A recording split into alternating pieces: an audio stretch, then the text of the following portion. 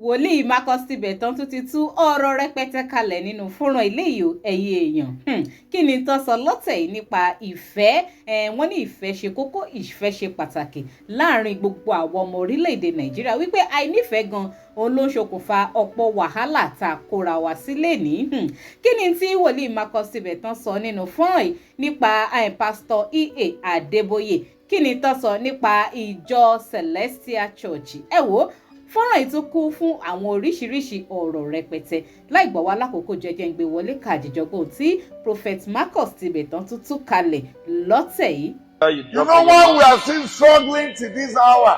Ṣẹ̀rí tá a bá ṣe What makes us to be struggling to this very hour? ohun tó ń fa tá a ṣe ń tiraka títí àkókò yìí. Is because we wanted to dodge love. Nítorí òun ni pé nítorí wípé a fẹ́ yẹra fún èyí tí ń ṣe ìfẹ́. Inú wa ni ìfẹ́ wà. And love is in our hearts. Inú wa ni ìgbéga wà. It is within us. Inú ìṣe wa ni ìlọsíwájú wà. It is by our doings that Ẹni tó bá ti ní progress. ìfẹ́, If you have love, ó ti kó gòjà. you have gotten And everything. when you look at 1 Corinthians 13, Ìwé from verse 1 to Kọ́ríńtì 3, orí then when you look at the book of Genesis 27, from verse 28 to the end, then when you look at the book of Genesis 30, from verse 26, then when you look at the book of Genesis 31, from 1 to 5, Genesis 32, 4 to 7, then Genesis 33, from verse 1 to 10. Hallelujah. Hallelujah. Then when you look at Genesis 43 again, from verse 1 to 8, then Genesis 45, 1 to 9. Love. Ìwé Kọ́ríńtì kìíní orí kẹtàlá ẹsẹ̀ kìíní dé ìkẹta. Yes. Yes. Yes.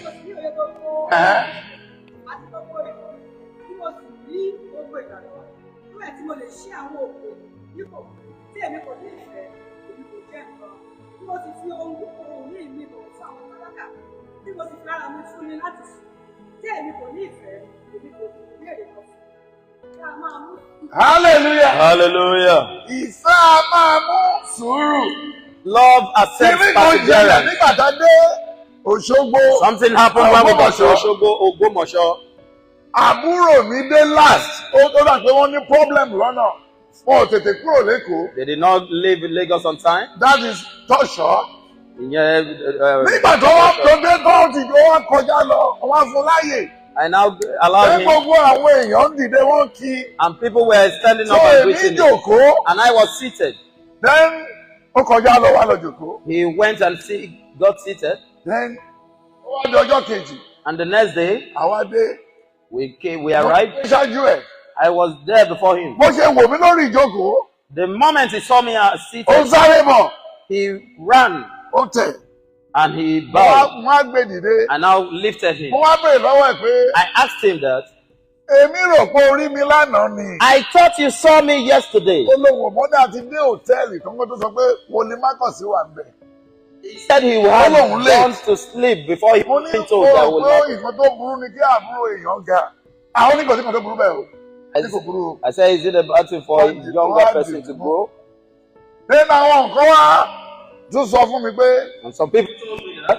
ó wá sọ fún àwọn tó tún wà mẹ́ pé ẹni tẹ rí He yẹn. was telling those that were around that, you see that person seated? Onínú kan ni o. He is just a man of one mind. Hallelujah. Hallelujah. Ibi làtàjọ bẹ̀rẹ̀ bí ni. We started this place together. 95, 96, 97. Around 95, 96, 97. We were here together. Tí mo ní bó ṣe máa rìn rè bó ṣe máa rìn. I told him this is how you go about it. You Ibi know. tó délé ni àwọn dájú sọ́ọ̀lẹ̀ tẹ́lẹ̀ ni. His level today is what we have been told to Ọlọ́run him kó before. lọ́ra ẹ̀mí ẹ̀. It is God that has Torí kept kò sẹ́ni tó him. fẹ́ dàbúrò òun kú ṣáájú òun. Because there is nobody that wants the younger sibling to die before him. Hallelujah. Hallelujah. Lẹ́yìn la tún fi padà sọ̀rọ̀ torí ìfẹ́. And why are we now gisting? It is because of love. Bàbá rí nǹkan tí ikú bàbá òye gbà mí ṣe ní Ògbómọ̀ṣọ́. If you know what the death of Baba Oyegame has done, virtually all the function of Celestial he Church. brought together The Baba touch virtually everybody. gbogbo àwọn ènìyàn pátá ó mú wa. Kò sẹ́ni tó yà sọ́tọ̀. There is nobody that segmented themselves. Bàbá nínú àwọn bàbá ni. He is a father amongst Kò sí fathers. sẹ̀lẹ̀ tí ò lè wọ̀. There is no celestial church he cannot go Lẹ́nu into. kan tí mo wá mú lára ẹ̀. And one thing I learned from him, Àwíkoko lójú ọlọ́rọ̀. a speaker, confident speaker, even in the Tí presence of the ọlọ́rọ̀ bá God. wá gbọ́ kí ló fẹ́ ṣe. Even the owner of that same word, what will Ó he tún or wá wà she nínú do? oríkì ilé wọn. And it happened to be among the Èmi praise nìkan in tí their ò sí house. lóríkì ilé ẹ̀ mọ́ mo jágbá ń tà ni. Though it is not within my own exalt, but I have to take it. Hallelujah. Hallelujah. Hallelujah. Ó di láàárọ̀ yìí. And this morning, Àwọn ọmọ mi ní ibi tá mo bá lè yìí dé. my Àwọn children fẹ́ said, ṣe meeting l'Abuja. Bóyá káwọn take care of me tó ti ń gba time mi.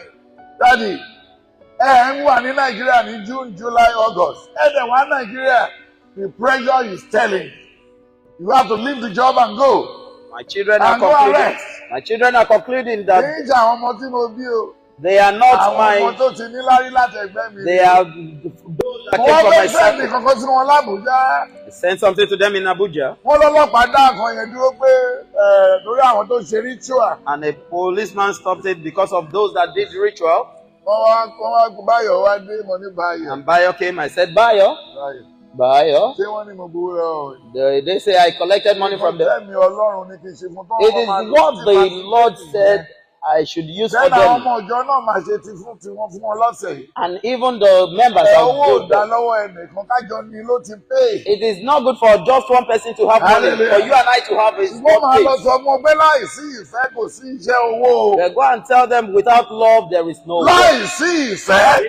Without love. Wàá kọ gbogbo application wọn nígbà ẹ́. Long ago, I Bàbá am rẹ̀ not tó God. ṣe yìí dẹ̀ dì mọ́nú lónìí. If you are Ẹ someone, release ẹ̀. if there is someone that I Bẹ̀rẹ̀ offended yìí you, lọ. it is better for you to Ẹ release it release so ẹ̀. that you can go forward. Hallelujah. Hallelujah. Àwọn kan wà láàrin wá sí. There are some people I meet Wọ́n up. fa wàhálà. I am. Wọ́n lè dìde dúró tó rún kẹ́ lè gbọ́rọ̀ yìí. I Bàbá am. òye gbà mí ò gbọ́ wàásù mọ́. Baba Oyegbami is Ó not ti parí here. ìwàásù, ó ti parí syllabus. He has completed his syllabus. Hallelujah. Hallelujah. Nítorí pé tó wá gbọ́ fẹ́ pín fóònù ń sè é. Tó fẹ́ pín take away rice. They Tó want dẹ̀ to- fẹ́ pín àpò rice If anything is to be shared, Kò sẹ́ni tó lè wà lórí láì níbẹ̀ kó sùn.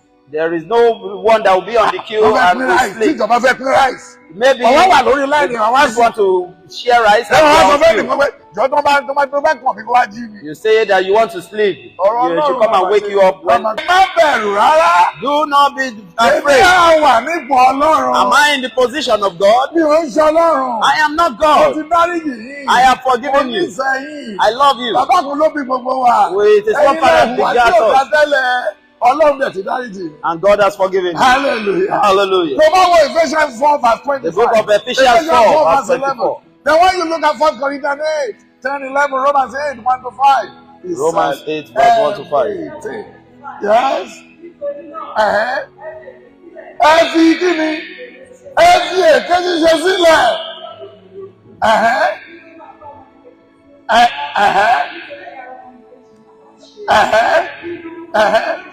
Ẹ bínú, ẹ má ṣe ṣẹ̀.